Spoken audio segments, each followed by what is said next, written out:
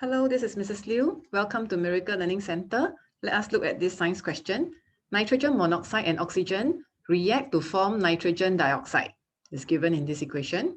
What is the maximum volume of nitrogen dioxide that could be obtained when 1 dm cube of nitrogen monoxide reacts with 2 dm cube of oxygen? Okay, so we know from this equation, 2NO plus O2 will give us 2NO2. Okay, so at the start of the reaction, okay, we actually started with 1 dm cube of nitrogen monoxide. Okay, and we reacted with 2 dm cube of oxygen. Okay, so this is a limiting reagent question because you're given 2 of the reactants. So during the reaction, we know that the mole ratio of nitrogen monoxide to oxygen, the ratio is 2:1.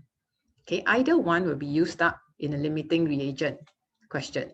Okay, so 2:1, we can only use up fully 1 dm cube of nitrogen monoxide. Okay, this is 1. Let me erase off first. 1 dm cube of nitrogen monoxide, 2:1. So 1 dm cube fully used up, you will only use 0.5 dm cube of oxygen. And you'll produce 2:1:2. So produce 1 dm cube of nitrogen monoxide. At the end of the reaction,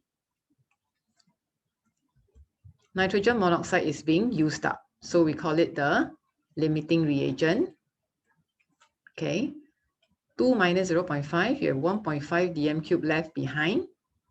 So this oxygen is in excess. And how much nitrogen dioxide is produced? 1 dm cube of nitrogen dioxide has been produced. Hence, the answer is A.